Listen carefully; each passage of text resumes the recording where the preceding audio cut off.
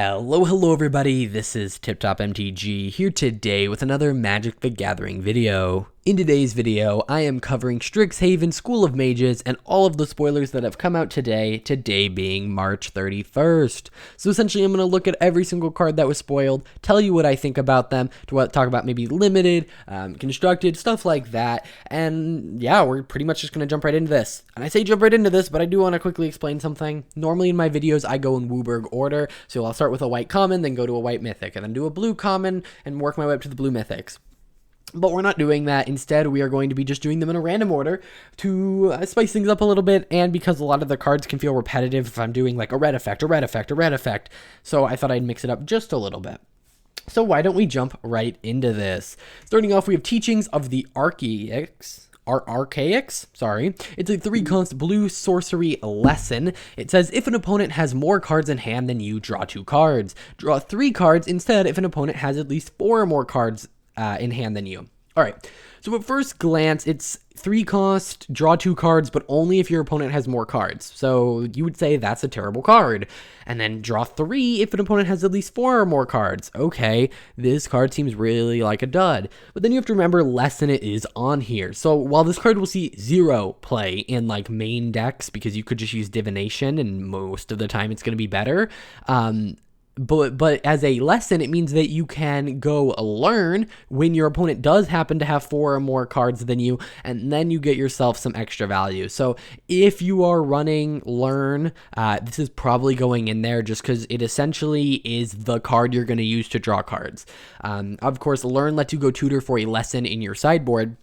And you're probably going to want to have separate slots in your sideboard. So like, here are my removal spells. Here is my land ramp spells. Here is my, this card has this purpose. This card has this purpose. And this is going to be that card that's going to get you to draw cards. So if you're running low on cards and you pull a learn card, this lesson's existence means that you can then maybe, if your opponents have more cards than you, draw 3 cards and get right back into the game. So because of the lesson, that's why it's good. But it's still not my favorite. Next we have Kelpie Guide. It is a 3-cost blue creature beast 2/2, and it says tap, untap another target permanent you control. Alright, that is already pretty insane. There are some decks in older formats that's their whole thing, is that they have things that untap things, and so getting one of these in standard and historic seems pretty good. I mean, if you have anything that taps for a decent amount of mana, even if you just have one thing that taps for mana, which you do, it's called a land, then this is just a mana rock. Like, this is a blue mana dork. Why? Because you can tap to untap another target permanent you control. That can be a land. So this is a 3-drop blue mana ramp spell, and then you can tap and tap target permanent, activate only if you control 8 or more lands.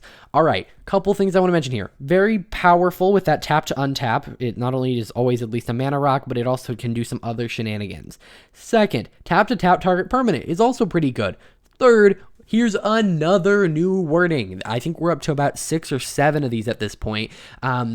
Activate only if you control 8 or more lands. In the past, this would have said activate this ability. So you can see they're trying to remove as many words as they can, and a big part of that is the amount of words on the cards are growing. And I know a lot of people don't like that. Me personally, I'm fine with it. I literally look and talk about every single card in every single set. So for me, it's like, yeah, I know what all the cards do. I don't need to read them, but you can tell they are trying to reduce the amount of words you have to read, which does really help with things like draft. But yeah, that is just another change. It's really annoying for me as a custom MTG creator, because now I have to go find every single thing that says activate this ability and change it to just activate. But whatever. Next we have Quandary Campus. Not going to talk too much about this one. It is the next one in the campus cycle. They all let you pay for it to tap and scry 1. Probably better and limited than something like a temple. Probably not as good as a temple generally, but it shows how bad the temples really are. And yeah, nothing super interesting about it.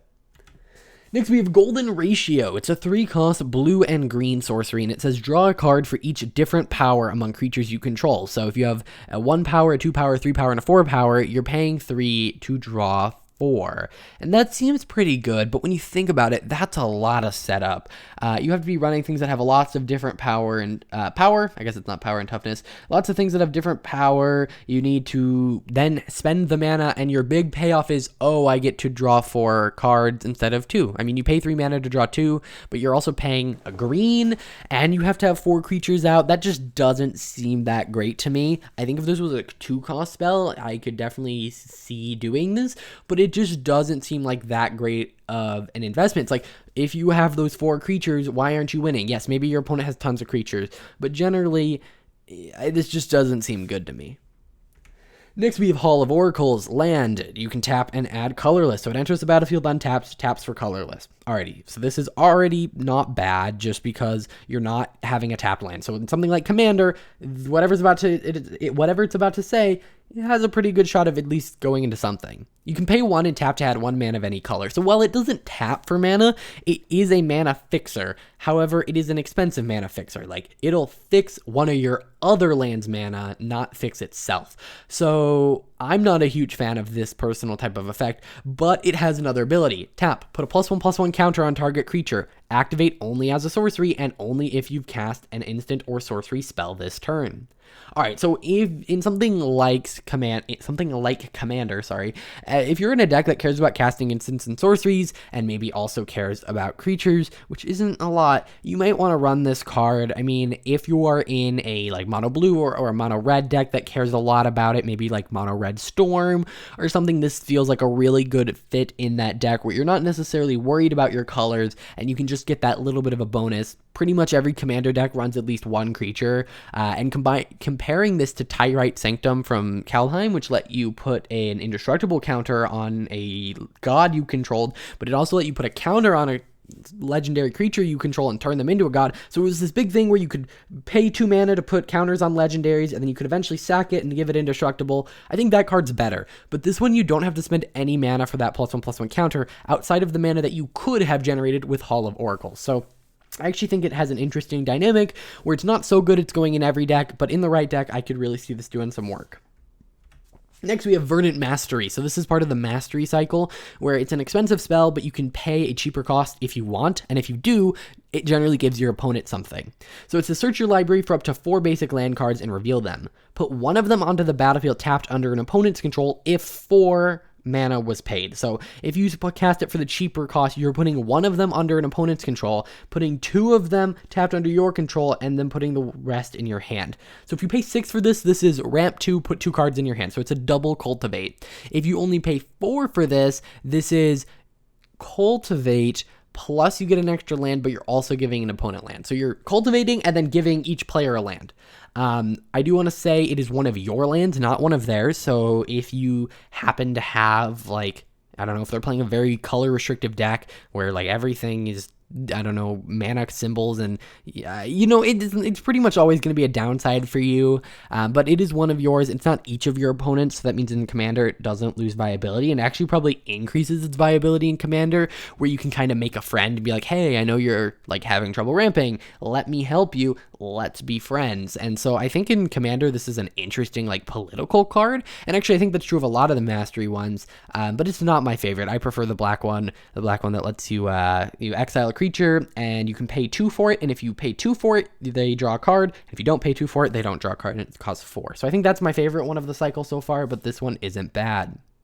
Next, we have this card, which we can translate into Blood Age General. It's a 2-cost red creature, Spirit Warrior, 2/2, and you can tap and give attacking spirits +1/+0 until end of turn. Pretty just meh. Lorehold cares about it. In limited, it probably does something pretty cool. Next, we have this card, which can be translated into Start Over.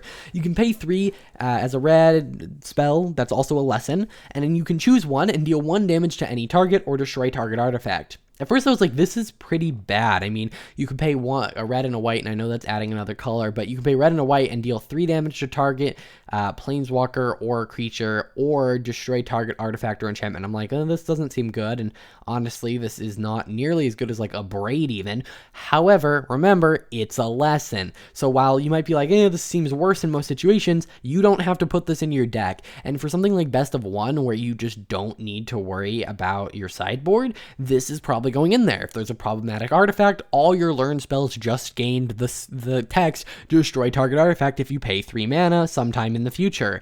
Or deal 1 damage to any target. That could be the last damage to finish off your opponent. Splash damage to finish off a planeswalker, kill a creature. So it's one of those things where it's probably not good if you're drawing it, but if you can specifically go get it when you need it, it's pretty good, and therefore it is a good lesson.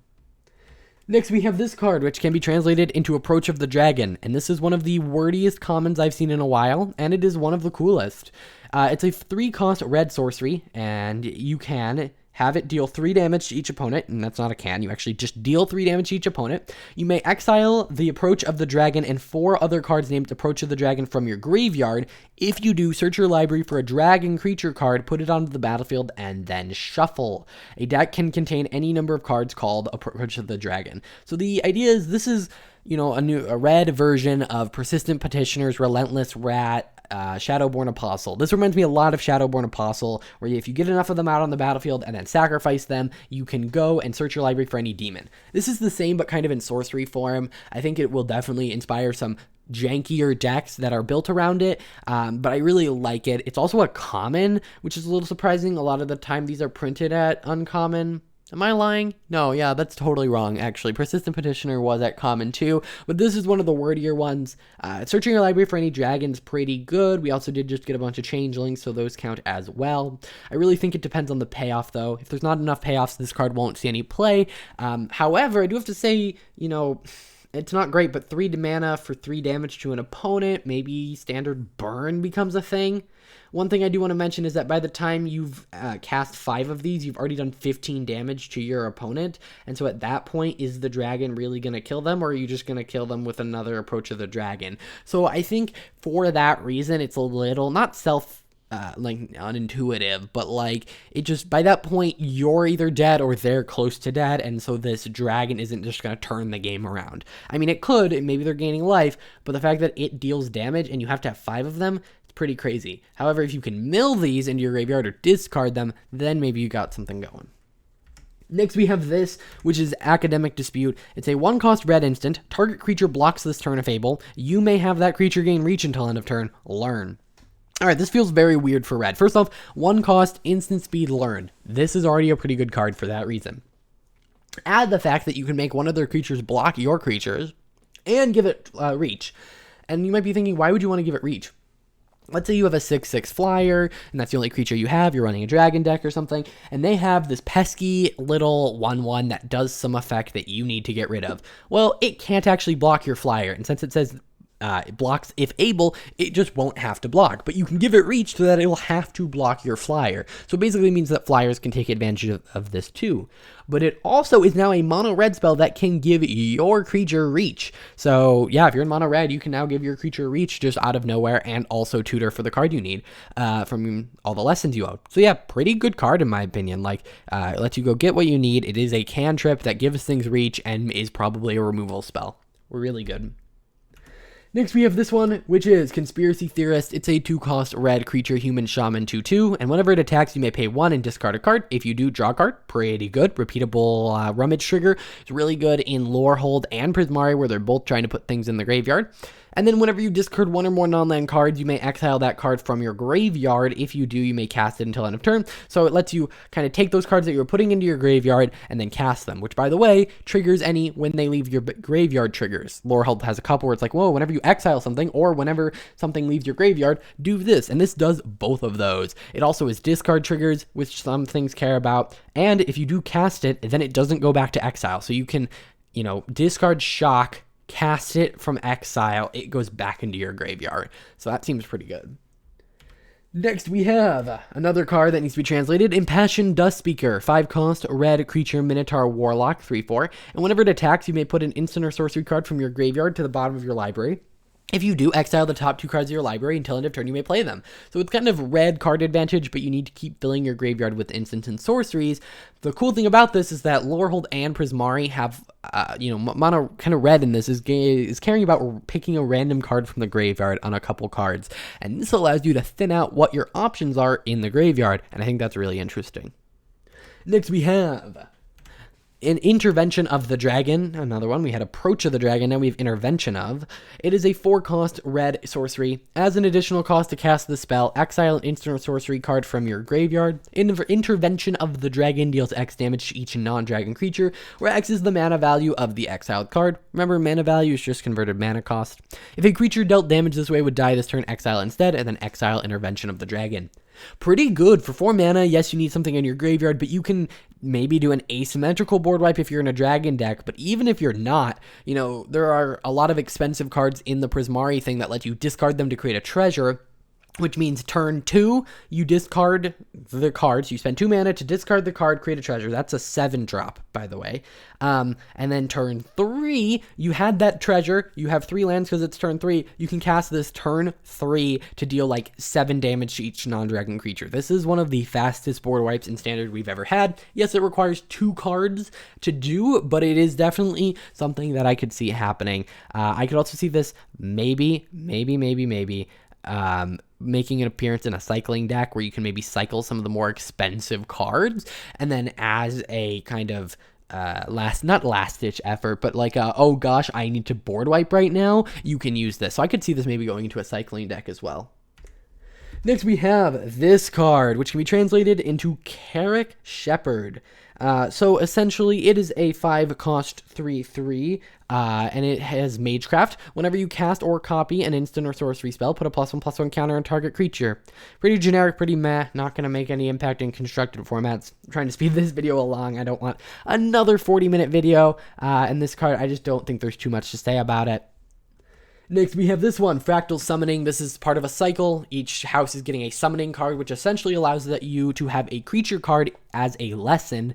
Except this one's interesting because you can pay X and create a 0/0 blue fractal creature and put X +1/+1 counters on it. So it's interesting in that regard.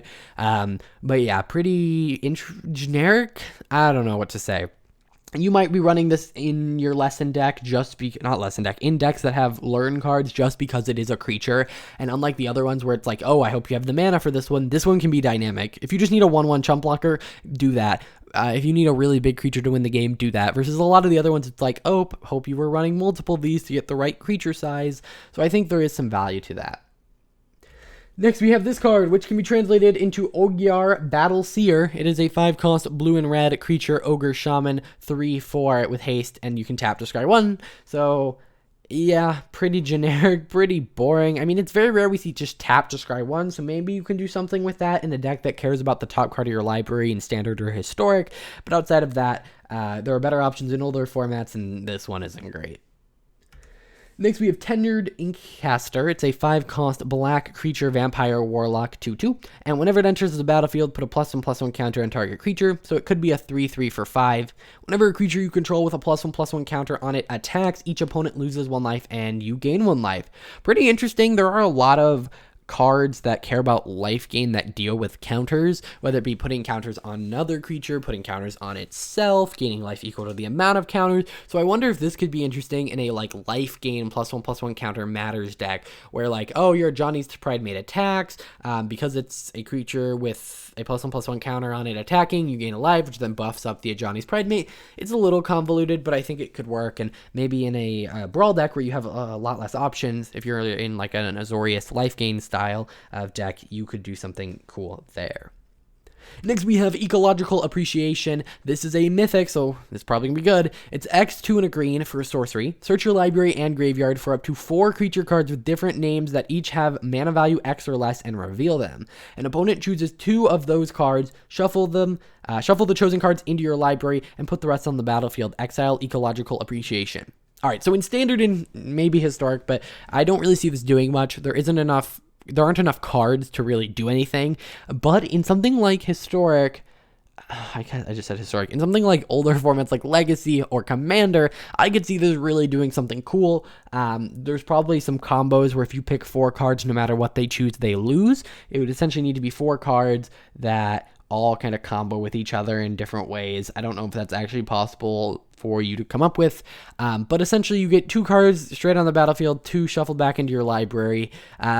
Just note that if you want just some 1 CMC cards or 1 mana value cards, that's 4 mana, and tutoring for 2 1 mana value cards for 4 mana doesn't seem great. As you go up, like if you were to say, for instance, pay 4 for X, paying 7 mana to get 2 4-drops isn't awful, but also it's not going to be your best 4-drops. It's going to be your 3rd and 4th best 4-drops. It definitely is going to do something, but it'll be interesting to see what happens. Next, we have Zimone, Quandrix Prodigy. It is a green and a blue for a legendary creature human wizard. You can pay 1 and tap to put a land card from your hand onto the battlefield tapped. That seems really good in a landfall deck, maybe. Of course, it's not as good as just letting you play an extra land, but you can do this at instant speed to trigger landfall triggers. Then you can pay 4 and tap to draw a card. If you control 8 or more lands, draw 2 cards instead.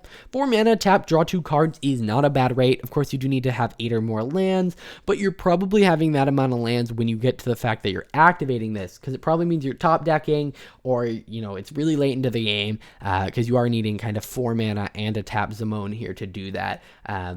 And then maybe if you draw some extra lands, the next turn you can put them down with her. Actually, one of my more liked of this cycle, there's kind of a cycle of like students, and this is one of the ones I like more. Next we have Manifestation Sage. It's green or blue, green or blue, green or blue, green or blue for a creature human wizard 2/2, and when it ETBs, create a 0/0 green and blue fractal creature token. Put X +1/+1 counters on it, where X is the number of cards in your hand. So, if you're playing this turn 4, you probably have like 5 cards in your hands. You're paying 4 mana for a 2/2 and a 5/5 if you're not like casting anything before this. Yeah, not my favorite. It is a little too expensive for wanting a lot of cards in your hand, but if you're playing a deck that's all about filling your hand, this might be able to do something for you. Next, we have Quandrix Pledge Mage. It's a 3-cost green or blue creature, Merfolk Druid 2/2, and whenever you cast or copy an instant or sorcery, put a +1/+1 counter on it. I believe we had a 3-drop. It may have been a 4-drop, but I believe we had a 3-drop that when you cast or copy an instant or sorcery spell, you can put a counter on anything. So this might just be worse, but maybe it was a 4-drop or something. Next, we have Elemental Masterpiece. It's a 7-cost Prismari, or is it sorcery? Create 2 4/4 blue and red elemental creature tokens. For 7, that's not amazing, but it is not awful. And then you can pay blue or red, and discard it to create a treasure token. That alone is pretty good. It means that you can discard this, have a high mana value target in your graveyard, and then some cards care about that. It also is just a way to ramp and to discard things. Next, we have Teach by Example. It's blue or a red and blue or a red. They just love these hybrid mana symbols today. It's an instant. Whenever you cast your next instant or sorcery spell this turn, copy that spell. You may choose new targets for the copy. All right. The reason this does not say copy target instant or sorcery is because, first off, it's common. And it would be way too easy to go infinite with Magecraft. This is the one way they can word copy spells where it's very hard for them to go infinite, because the spell does not copy a spell on its resolving. You have to cast the spell and then it gets copied. If they would have just made it copy target spell, if you drafted 2 of these, you could go infinite with any Magecraft trigger by casting a spell and then casting Teach by Example on that spell and then casting Teach by Example on the copy, and then you just get infinite Teach by Examples, which infinitely sets off Magecraft. So, that's why it's worded in this way. It is a purely better double cast, I believe from Core Set 2019, which is double red sorcery and has that same text. So yeah, just note that the reason it is like this is so to avoid the infinite loop with Magecraft. So keep that in mind. Next, we have Strixhaven Stadium. And by the way, it's not perfect. You can still use it outside of the set if they have another, copy ability, because you could cast that and then cast a copy spell that's a normal copy spell, and then you could go infinite, because you target the first spell with the copy, the normal one, and then you use the copy to copy the copy, if that makes sense. But either way, Strixhaven Stadium, this is a really interesting card. It's a 3-cost artifact. Tap to add colorless. So it's a 3-cost mana rock that adds only colorless.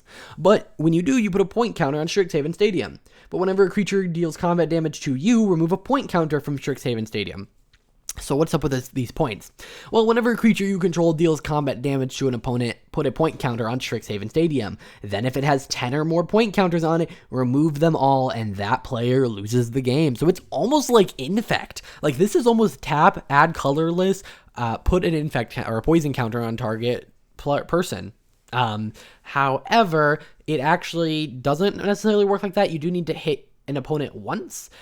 Also, you're not putting counters on the player, you're putting counters on the artifact, and then the artifact triggers when a creature deals combat damage. So theoretically, if they blow this up, they like save themselves. It's not like the point counters are going on them, but it's kind of like this big game that you're trying to beat your opponent at. However, it cannot kill you whenever a creature you control deals combat damage to an opponent. I think this could have been really awesome if they brought down the mana cost by 1, but made it so that your opponents, if they got to you to 10, that, you know, or if instead of, I don't know, if they could have done something where it turned it into a little mini game where they were trying to kill you before you kill them. I don't know. I thought that could be kind of interesting. But either way, this card is really, really unique in its design. And I actually think it's an interesting mana rock that just is kind of a threat. I mean, like, it is just going to ramp you. And it's not even going to help you with your colors, but just, hey, if they don't deal with this, 9 turns from now, I can just kill someone out of nowhere. Of course, you do need that creature to connect, but I think in Commander, this will be a really awesome card. Next, we have Archway commons. This is, obviously part of the common cycle, but not really, because it enters the battlefield tapped. You sacrifice it unless you pay 1, and then tap one, add 1 mana of any color. We have like 3 of these cards, in standard, alone, and this is just another one. Next, we have this card, which can be translated into Reflecting Golem, 3-cost artifact creature Golem 2/3. Whenever you cast an instant or sorcery spell that targets only Reflecting Golem, you may pay 2 to copy it. If you do, you may choose new targets from the copy. Outside of the fact that Magecraft cares about copying, we have Reflector Mage. I don't remember the name of it. Dual Beam Mage or something from Guilds of Ravnica, and it never saw a play, and it did the same thing, but you didn't have to pay mana for it. So if that didn't see play, this probably won't either, but it is colorless, and it does go in a set with Magecraft, so maybe something happens because of that, but I find it unlikely. Next, we have this card, which can be translated into Spine Drake. It's a green and a blue for a flying Death Toucher. Alright, that's kind of boring. Let's just move on. Next, we have Cog Work Archivist. It is a 6-cost artifact creature construct 4/5 with reach, and you can pay 2 and tap to put target creature card from a graveyard on the bottom of its owner's library.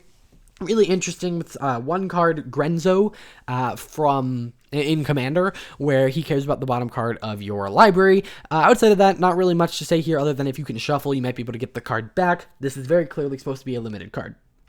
Next, we have Aether Helix. It's a 5-cost green and blue sorcery. Return target permanent to its owner's hand. Return target permanent card from your graveyard to your hand. So you're replacing Aether Helix in your hand, and you're kind of just gaining, I would say, card advantage, but more mana advantage, but not really, because I don't know, this one's kind of weird. It's a resurrect spell. It bounces things. It's too expensive for both of those, so I really don't see this seeing play.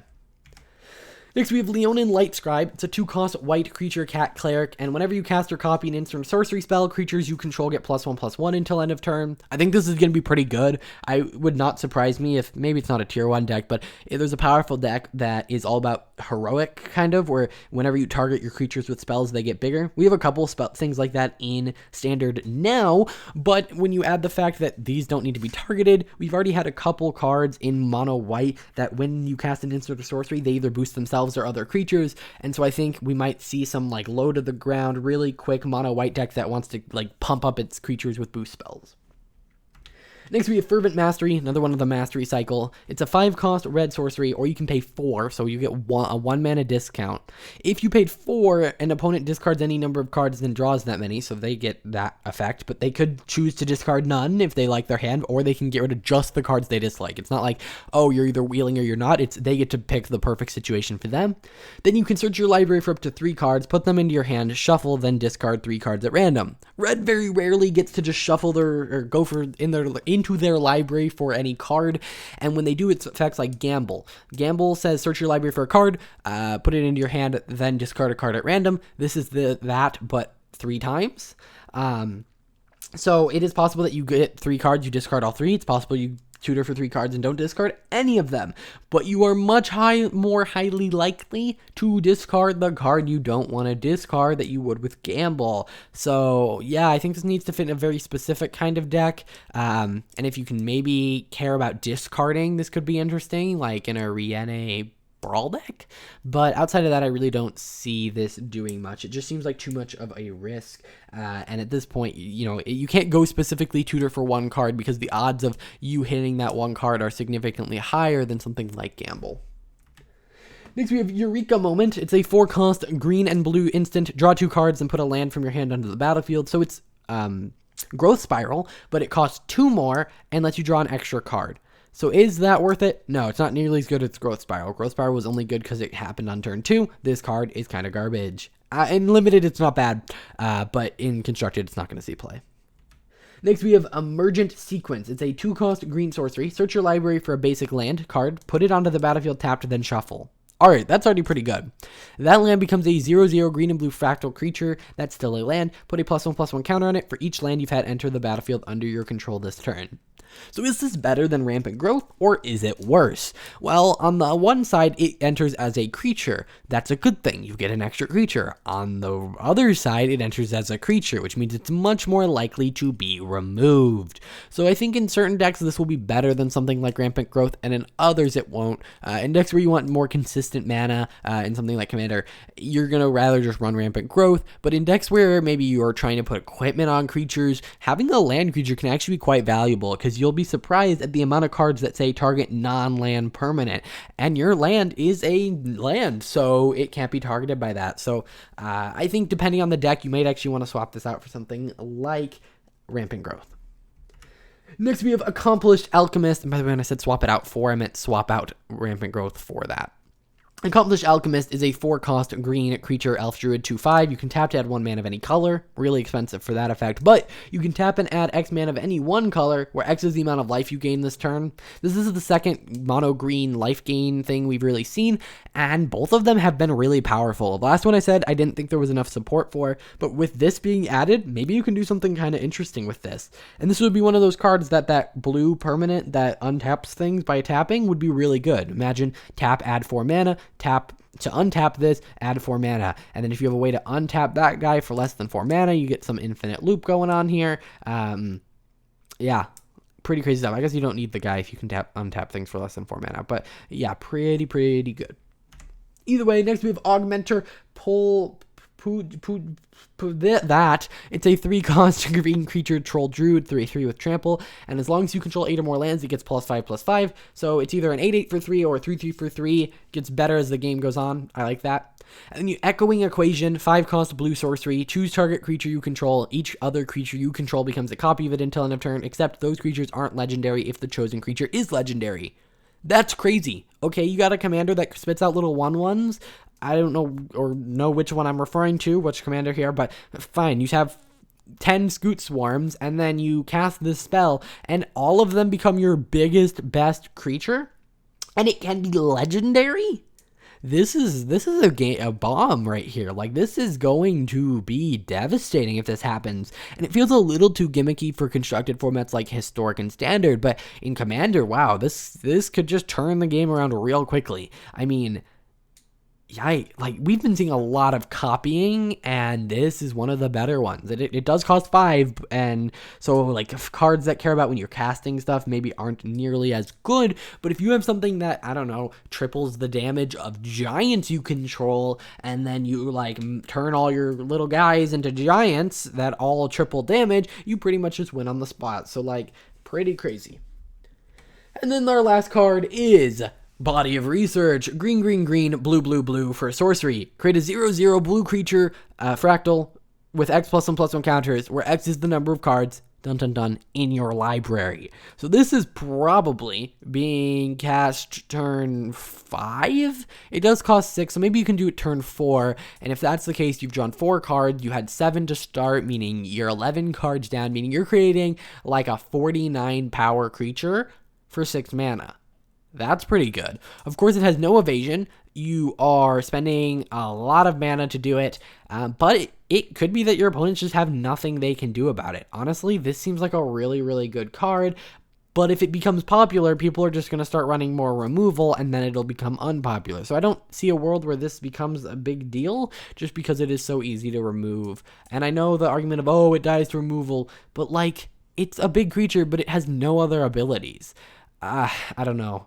This seems like it could be crazy, but it's also one of those cards that gets worse as the game goes on, which isn't that great. You want a card to get better as the game goes on, and so for those reasons, I don't think it's that great.